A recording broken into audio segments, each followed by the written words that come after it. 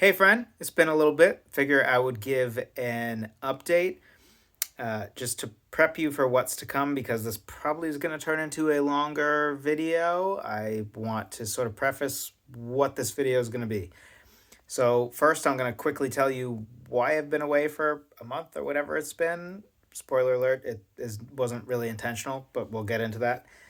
Then we're going to talk about how that accidental hiatus, if you will, allowed me to do some soul searching and some.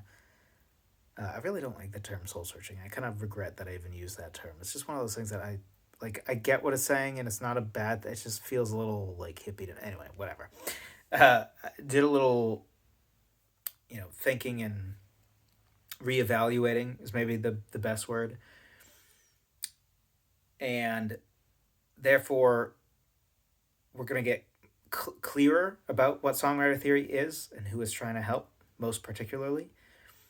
And there's going to be some changes. So we're going to talk about the changes, why I'm making the changes. I want to be transparent about why, and sort of where songwriter theory is going. That's kind of what this video is going to cover. So if you only care about the first part, then you can click off the video once I talk about the first part, which is going to be like within a minute. So why have I been away? Basically just I moved. I think I mentioned this in passing in a video or in a email. Most people don't read every single email or watch every single video. So that's the short version.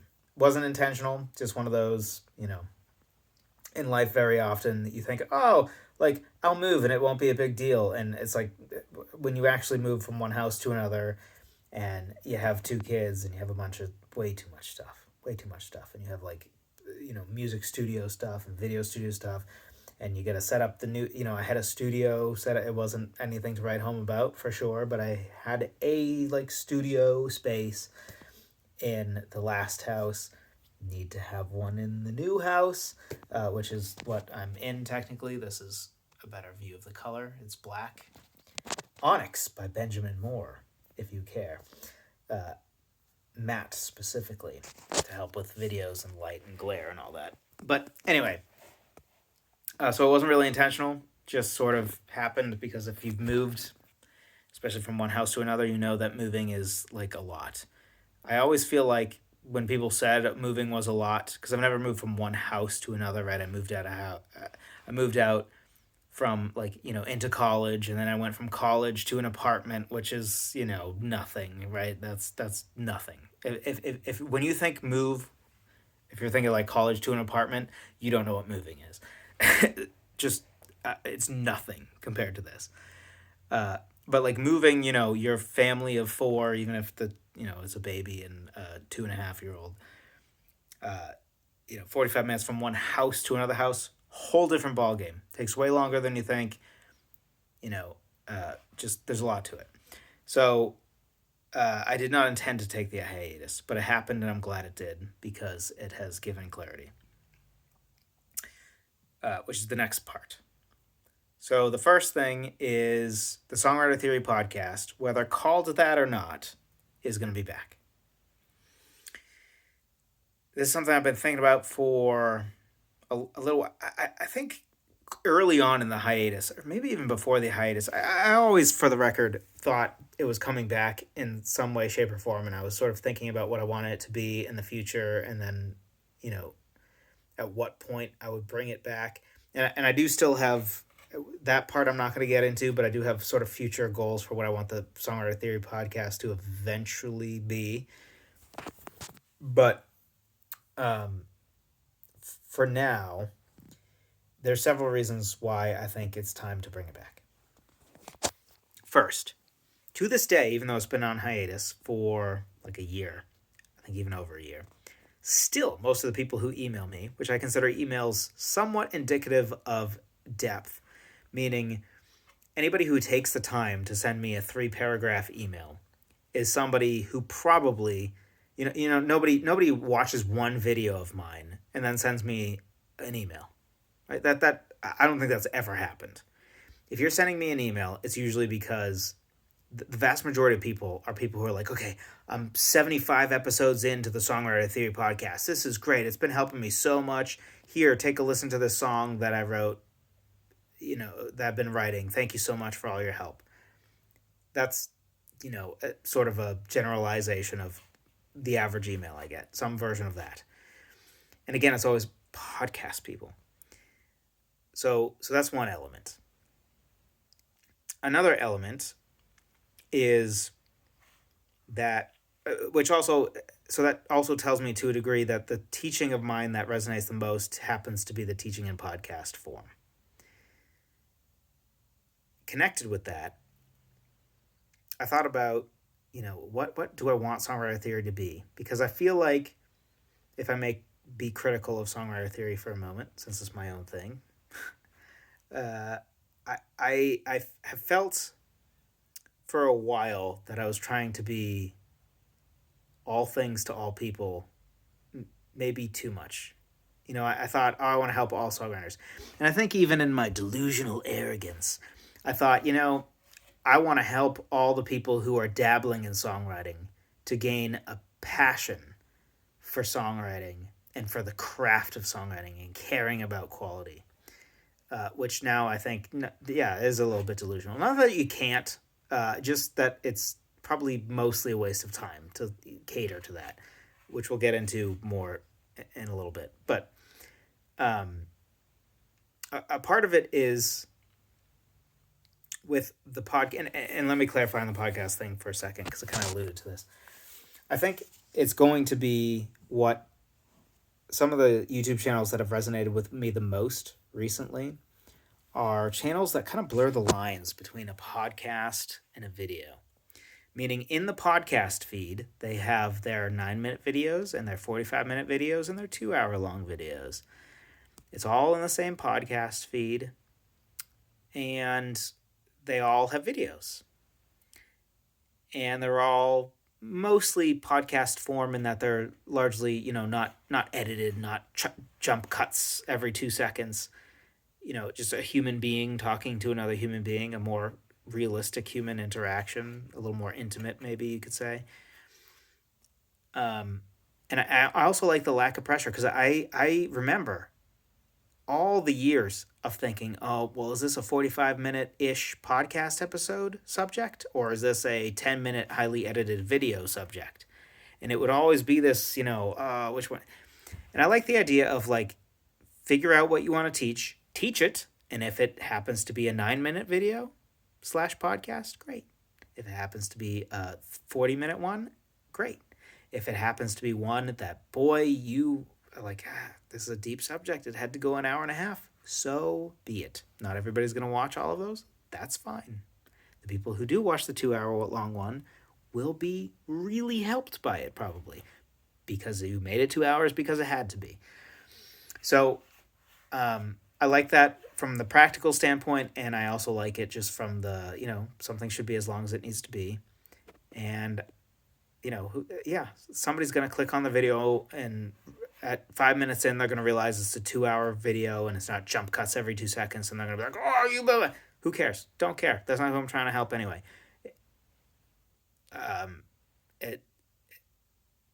So, sorry, there's a bunch of different points that all, there's so many things that go into why the podcast is back that are all in my head right now, and I'm trying to make it somewhat organized. But anyway, so I don't know if it's going to be called Songwriter Theory Podcast or whatever, but for all intents and purposes, the podcast is going to be back. I also really like the idea of something like, and I don't know that's going to be this, don't take this as a commitment, this is sort of an off thing, but I really like the idea of trying to commit to a weekly podcast episode that comes out, every Tuesday at 9 a.m. or whatever. But also, if on Thursday I'm like, you know what, this thing just happened, or I just saw this interesting Rick Beato video, or I just have a thought, or somebody emailed me and I think, oh, what would be really great? If I just made a video that's sort of a response to that question that helps that person, but also can help everybody else, and it's a 9-minute concept, I can just record that video and put it up too. And it can be in the podcast feed, right? So it's sort of like a bonus to the podcast people that expect every whatever. So it's sort of the best of all worlds, I think, where you're not so constrained and feel like, you can only do this, but there's some organization as well. But so why the podcast, one, resonates seems to be the thing that resonates the most. Two, it works with, you know, sort of teaching. You know, if it's a 9 minute thing, fine. If it's a 20 minute thing, great. If it's a 40 minute thing, great. If it's a 2 hour thing, hey, it is what it is. So I like that. Also, like on a practical standpoint, I really don't want to spend tons of time editing when I feel like often editing doesn't make the video that much more helpful, and often it ends up taking out all the nuance that is a part of what's important. Nuance is important, right? So when I edit a 20-minute video that had nuance down into a 7-minute video that's, you know, snappy, and for TikTok brain, oh, well, actually, TikTok brain probably thinks 7 minutes is too long, but you know, but you lose the nuance that I think is important. And then there's also the sort of strategic part, which is, you know, I don't think there are too many people that want to listen to or watch a, you know, hour-long video podcast thing about songwriting who don't genuinely care about the craft of songwriting. There are tons of people who want to watch a 3-minute, you know, 3 quick tips for songwriting that nobody's told you before, and it's 4 minutes. You know, people who dabble in songwriting, don't really care about the craft of songwriting, are the type of people that just want to write a hit song or whatever, which is delusion for another time. But, you know, that sort of people will watch those videos. And, you know, there's tons of channels for them. Most, if not all, the songwriting channels, to a degree, cater to those people.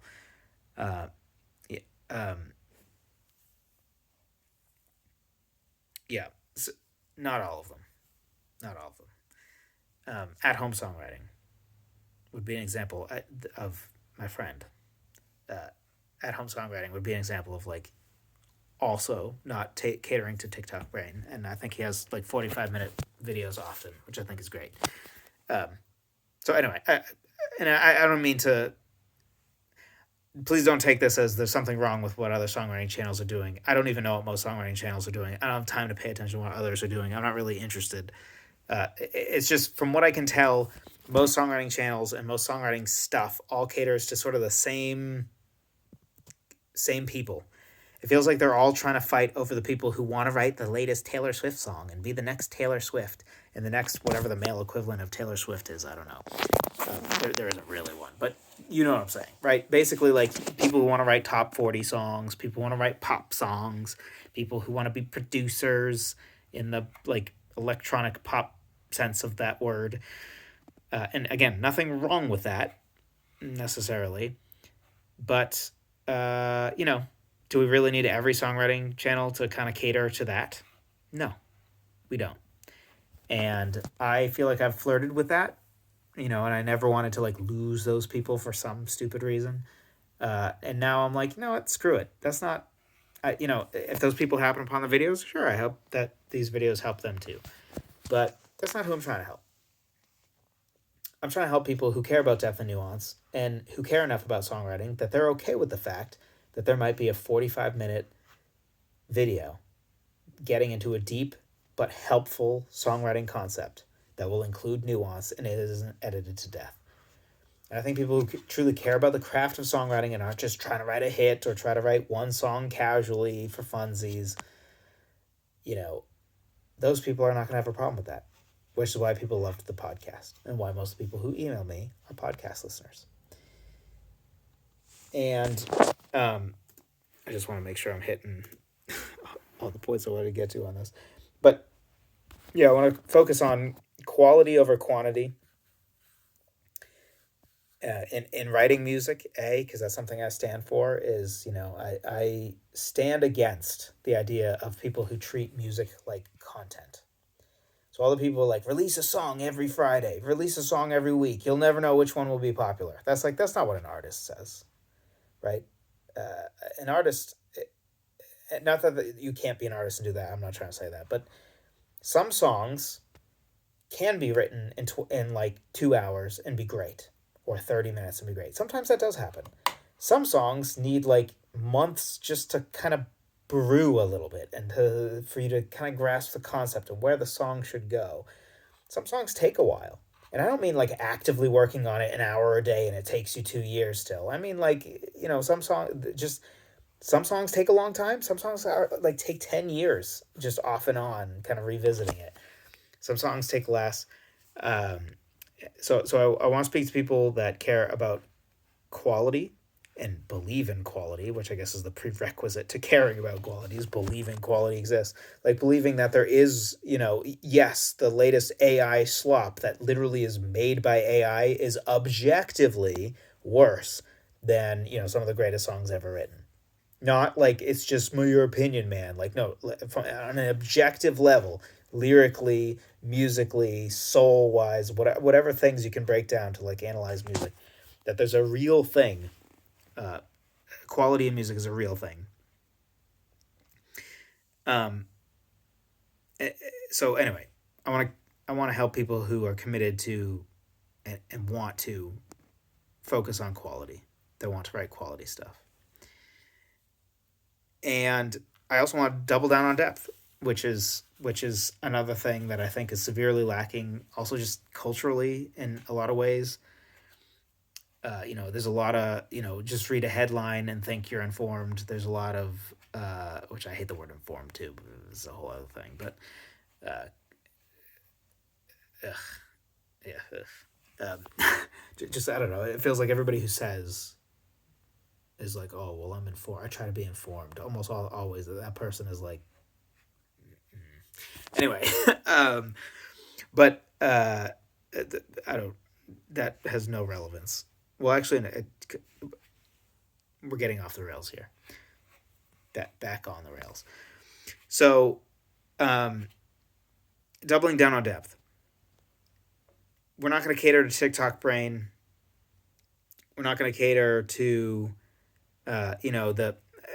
I've spoken about the importance of music theory for a while. That is something that I've stood for pretty steadfastly and not backed off on at all. I feel, despite the fact that like all the peer pressure is to back down on it, I really feel like I haven't. I have broken down and made videos that are like meant to help people who don't want to learn music theory, and I've kind of taken the attitude of I want to, help people who don't or think they don't want to learn music theory, and the hope is that I would show them the light of like, oh wow, music theory actually helps. Wow, and then they would want to learn music theory, not for the sake of music theory, but for the practical way that some music theory can help in songwriting, in your day-to-day songwriting.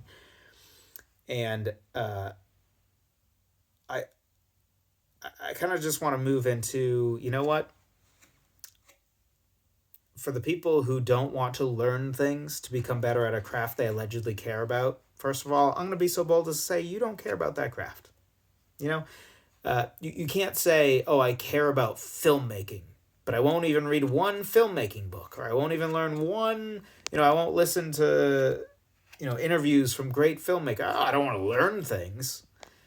You know, you'd be rightfully laughed out of the room. You don't care about filmmaking. Like you don't. If you don't want to learn about filmmaking, you don't care about filmmaking. If you don't want to learn about painting and different styles of painting and whatever, then you don't care about painting. If you don't care about the basics of music theory, if that's too much for you, then you don't care about writing good music. You don't care about songwriting. Like that's I make no apology for that. It's so self-evidently true that you're too lazy to even learn what a key is, or like what D major means or why it matters. You don't really care about songwriting. And I probably still will sometimes make videos that are like reaching a hand out to the people who think they're anti music theory, because my theory is that nobody's actually anti music theory. They're anti the idea in their head that is music theory, which is almost certainly wrong. Most people think it's like reading sheet music, and it's like it literally has nothing to do with that. But for the most part, I just want to speak to people that understand that care about the craft of songwriting enough that they're not like, music theory. Like, yeah, there's going to be podcast episodes that's 45 minutes of helpful music theory for helping songwriters write better songs. That's going to happen. And I'm not going to apologize for it. If you want to learn to write a great song without any music theory, which, by the way, good luck on that being sustainable, because you can write a great song without learning music theory, but long term, especially if you want to grow, you got to learn some theory. It is going to help. 100%. It will help you be a better songwriter. I don't know why I'm saying this because again, the people I'm trying to speak to are people that already get that. But yeah, so we're gonna double down on things like music theory, details. I want to get into lyric writing more and in more depth. The struggle with lyric writing is, man, there's some things that I feel like are hard to teach in video form with lyric writing. We're gonna figure it out though. So I want to get more into lyric writing, and we're gonna keep doing like artistic philosophy stuff. That's important to me. I think it matters. You know, why we're writing songs, why it actually matters. I think that matters, and I think your songwriting philosophy is gonna come through in your writing, right? So like all the people who are like, oh, like for instance, anybody I've ever heard argue that there's no such thing as any form of objectivity in art, almost always when I see their art, I'm like, I believe that you think that. Like, I don't mean it in a mean way. Just like, it's like everything else. People like just as a different example that is equally going to be inflammatory. Whenever people say, "Oh, I don't care about money," it's always like, "Yeah, I can tell." Right? You're in credit card debt. You make terrible money decisions, and you're perpetually poor because of your own life decisions and because I don't know, you thought that being an adult it was negotiable to learn the basics of money, like I don't know how to spend less than you make, and so like what people prioritize, what people care about, shows in their actions, right? Um, and and that's going to be true in art too. So if you think there's no such thing as quality, there's no such thing as one song being better than another song. There's just whether people like it more or not. Most of the time, that shows up in that person's quality because they don't think quality exists. So why would they shoot for quality? Because they don't even think it exists. Um, so so anyway, artistic philosophy I think matters too. We're going to talk about that. I mean, we already have, right? But I'm just like reaffirming, all that's going to stay. And we're going to add arranging slash producing. I never know which to call it because it's kind of both. But I feel like producing, people have a certain thing in their mind. That's not what I'm talking about. So if you think, oh, like an EDM producer, well, yes and no. The EDM part, no. There's plenty of stuff out there. But this is also, I really want to speak into, I think there's a lot of us out there that fit into this group that I'm trying to help. And there's almost nobody trying to help this group of people. So the most songwriting content is catered towards the lowest common denominator of songwriter. The person's just like, I want to write a hit song. Or the person's like, I want to write a Taylor Swift song. I want to sound like Taylor Swift. I want to sound like, I don't know, Justin Bieber. I don't think he's relevant anymore, really, but like, sure, whatever. That type. It feels like most songwriting stuff is catering to that type of person, which is not who I am at all. And then most like music production arranging stuff is catered towards pop and EDM producers. So there's very little for people who are like, let's say you are 50 years old and you wish it was back to like, 70s music or 80s music, with songwriters, and you're maybe like, I don't know, a big James Taylor fan or something. I don't know where you would have gone for help with arranging those songs or recording those songs or with writing those songs. Now, I think the answer for writing those songs is me here, because I've always, at least in the back of my head, I'm absolutely speaking to people who are singer songwriters at heart, whether they're singer songwriters in a rock band or singer songwriters in, heck, I mean, a lot of country people have listened, which I know because they send me emails and they're like, Joseph, I know you hate country music, but I get a lot of those emails. And I'm sorry that I helped you because country, no, just kidding. But anyway, ultimately I want to help the singer-songwriter, whether that's a singer-songwriter that sounds like John Denver or a singer-songwriter that sounds like, somebody who is the front man of a band like Breaking Benjamin, or, a singer-songwriter that's the front man of a band like Vertical Horizon, my favorite band of all time, or Fight for Fighting. who I saw Vertical Horizon with, which is the dream concert for me, by the way, because Vertical Horizon is my favorite band, and Five for Fighting is in my top five for sure. And Five for Fighting is probably the most influential band to my music specifically. So it's like my favorite band, and the band that's artist really is really just John Ondrasik, but and also the most like influential songwriting influence in the same concert. Both top five artists, just and it was awesome. Also, they seem to be stand up guys, which I love even more because I like when like the artists you like are actually stand up people you can look up to a degree. Should be unnecessary, but it helps. I like it. Anyway, so arranging and producing, because really what I want songwriter theory to be is if you're somebody, even if you're at the beginning of your songwriting journey, you've never written a song before, I hope nothing I've said makes you think, oh, I'm not trying to help that person. No, I do want to help that person. It's more about that person's philosophy and leaning. If as a person you're like, I just want to like write a song and I hope it's a hit, or I just want to write a song that sounds like Taylor Swift, or I just want to write a song that sounds like what's her name, Sabrina Carpenter. There's the name. I should start picking on her as well as Taylor Swift. I'll never stop picking on Taylor Swift. Just because it makes people upset, and I think it's funny that it's so cult like to Taylor. Like I bet, and now that I've mentioned it in this video, there'll be someone like, "Well, yeah, Taylor Swift." Like, why Taylor Swift is the biggest artist on the planet? Why does everybody insist that everybody has to like her?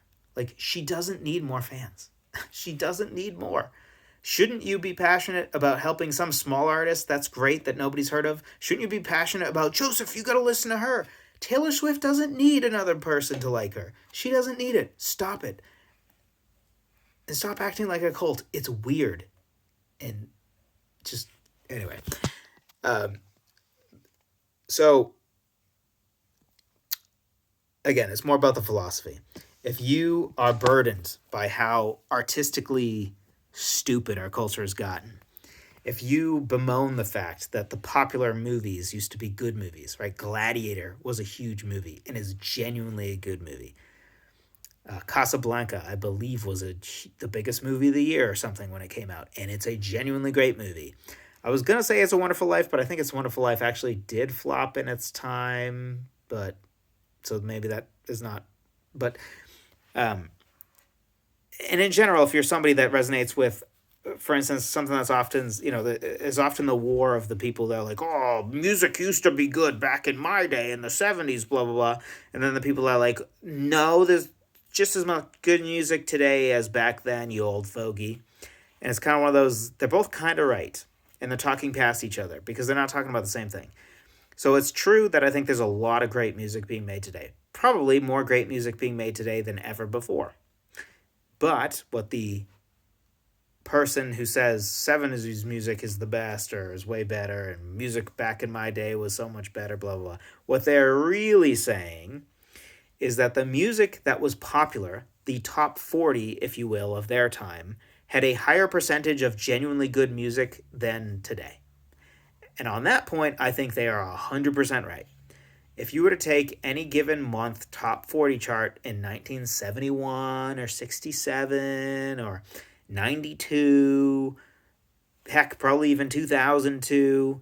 If you would take the top 40 and you had to put every song in a bucket of a good song or not a good song, so like an average song would not qualify as a good song, whatever. However you want to define that. If you want to put them in two buckets, good and not good, the percentage of songs in the top 40 that were in the good bucket would have been much higher. Probably, just guessing, if we were to take November of 1972, probably like 20 of the 40 songs are genuinely good songs. Just guessing, but probably something like that. Maybe 30, maybe 15. In the last 10 years, I think you'd be hard-pressed to find any given top 40, whatever the top 40 Billboard chart is, where even 5 of them were good. I think you'd be hard-pressed to find that. Certainly, anytime I watch the Rick Beato top 10, I'm like, even on average, I think he kind of digs one of them. And I love Rick Beato. Let me just say that. But he is a music guy through and through. What I mean by that is he's not if the lyrics are really bad, he'll pick on them and notice them, but he doesn't have the highest lyrical standards. Because he's a music guy. That's fine. And he doesn't teach songwriting. Songwriting is not his thing, right? He's production and music and all that. And he's great at what he does. Again, nothing against Rick Beato. But he's a little lax about his lyrical standards. So usually the one song he kind of likes the vibe or whatever, and he's like, okay, it's at least musically interesting. The lyrics are almost always still trash, which in my opinion means the song is still ultimately trash. It might just be slightly more musically interesting trash.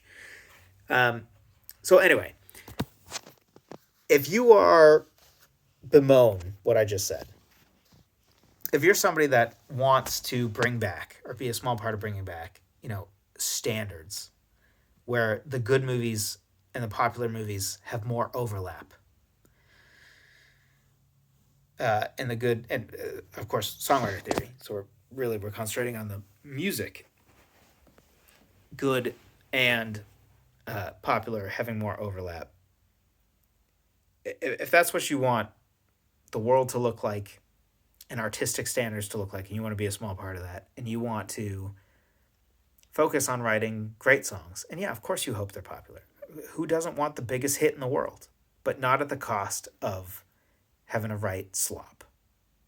You want to write a great song that resonates with the world. That's who I want to help. I want to help that person from A to Z, even if they've never written a song before, as much as I can. And when I say A to Z, I mean from writing of the song to then arranging and producing your song at home in your bedroom studio or whatever you have in the highest quality you can get, so that your final album or EP or single sounds just as good as anything out there. That's what I want to help people do, A to Z. Now, I'm not going to cover the mixing and mastering part, which is the last part of that. I might get a little bit into the recording. I'm definitely going to talk about the arranging and producing side of the recording. I might talk a little bit about how to set up your microphone. Probably not, though. There's plenty of channels for that stuff. And then on the mixing and mastering, there's tons of channels, including my friend Reagan Ram over at Orpheus Audio Academy. There's, Recording Revolution, which I'm sure most of you have seen, which is Graham Cochran. There's lots of great stuff, resources for that. So that's the only part that I guess just like I'm okay at that, but I'm not good enough at it to teach it. And there's better people for that. So we're not going to get into that part, but for the most part, I'll help you get all the way until the mixing and mastering, which is about as A to Z as I feel qualified to help people get. So that's what's going on. I've recorded this video multiple times, and I keep being like, it goes too long, and it went too long again. But this is the one that's going to go out. This is the one that's going to go out. So what's going on? I moved. Therefore, there's been a hiatus on accident. But hey, thank God there was a hiatus, because it gave me some clarity on where I want things to go, what I want to double down on, and I want to be clear about who I'm trying to help. And sort of what songwriter theory is. And part of that is going to be bringing back the podcast. So I think most, maybe all videos from, for now, are probably going to be more in a podcast style. Not highly edited, jump cuts everywhere. And I forget if I mentioned this in this take of this video, but, part of it too is the practical side of, if I can release 3 videos that can help people in a week, instead of 1 sometimes, because I didn't waste 2 hours editing out every breath, and yeah, the videos are like 2 minutes longer or something. Who cares, right? If you're mad about the 2 minutes you lost because I didn't edit out every single breath, again, that's not the primary person I'm trying to help. And I want to help people as much as possible. And if I can release more videos, or spend more time making helpful courses or other things like that, because I have some time back from just like editing, that doesn't actually make the content better. It might make the video better and that it's, snappier and all that, but it doesn't really help. That also to me is a good thing. So anyway, Podcast is back. Don't know if it'll be called that. And yes, of course, it will still be on YouTube as well. And, for the most part, we're going to go with the flow. We're going to kind of discover some of these things along the way. A lot of what I said, this is pretty established.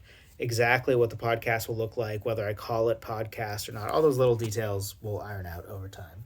And also, who cares? But, I just want to give this update, let you all know. Sorry this video went a little bit long. This wouldn't be long relative to some of the podcasts, but I know this was mostly just like me talking about future and why we're making these changes and all that sort of stuff, which I'm sure some of you are like, wow, this is actually really interesting seeing behind the scenes, and some of you clicked off like 40 minutes ago. And yes, I know we're only 35 minutes in, but you still clicked off like 40 minutes ago, which is fine. All right, let me know what you think. Specifically, let me know what you think via email. Shoot me emails. Those I definitely see. YouTube comments I'm kind of streaky about just because they can be really discouraging. Because anybody who's been on YouTube for like 2 seconds knows that, boy, the hater vitriol is real and sometimes gets to you, where it's just like people hate you because you have like an opinion about it. It's like songwriting. So many people, I'll tell them, like, I've gotten like borderline death threats from people over talking about songwriting. And like, specifically, I remember my dad looking at me like, what? It's like, if you've been on the internet, you know. And emails tend to be people that are a little bit more serious. So shoot me an email. Let me know what you think. Let me know if you're excited for the podcast to be back. I'm sure many of you are. Some of you sent me like funeral-like emails when you got to the episode that announced that it was going to go on hiatus. There was a lot of bemoaning, which I don't blame you for at all. And I'm actually thankful for that, because that's the sort of thing that like stayed in my head for bringing it back. But anyway, let me know what you think. Thanks so much for listening, for watching. Thank you for any of you who have watched any of my videos. And also, by the way, if this is, maybe what I talked about here, you realize that you and I are going in our separate directions, because a lot of what I said, I wasn't going to concentrate on helping fit you, then first of all, you're probably not on this video anymore. But if you are, genuinely thank you for any of the videos you have watched. Go in peace. And I hope you'll come back and see the light. But no, and also, again, I'm never going to gatekeep or anything. I genuinely hope the videos help everyone. But who I want to concentrate on helping are the people who are like me, serious about quality, serious about depth, serious about actually becoming better songwriters, not too lazy to learn basic music theory or even more in-depth music theory that helps with songwriting. But anyway, that's it. This video's been too long. Sorry about that. I'm excited to come back. Hopefully there'll be an episode as soon as next Tuesday, but I don't remember if this version of the video I showed the studio in its current state. Is the new studio that I'm in. Black, as you can see, and more proper lighting. Onyx from Benjamin Moore. But yes, I will talk to you very soon in a video/episode. Also, if you shoot me an email, be sure to let me know what you need the most help with songwriting-wise. If you do send me an email, please let me know. What's the one thing you need help with, the biggest struggle you've had? Let me know. Thanks so much. Losing my voice. Talk to you the next one.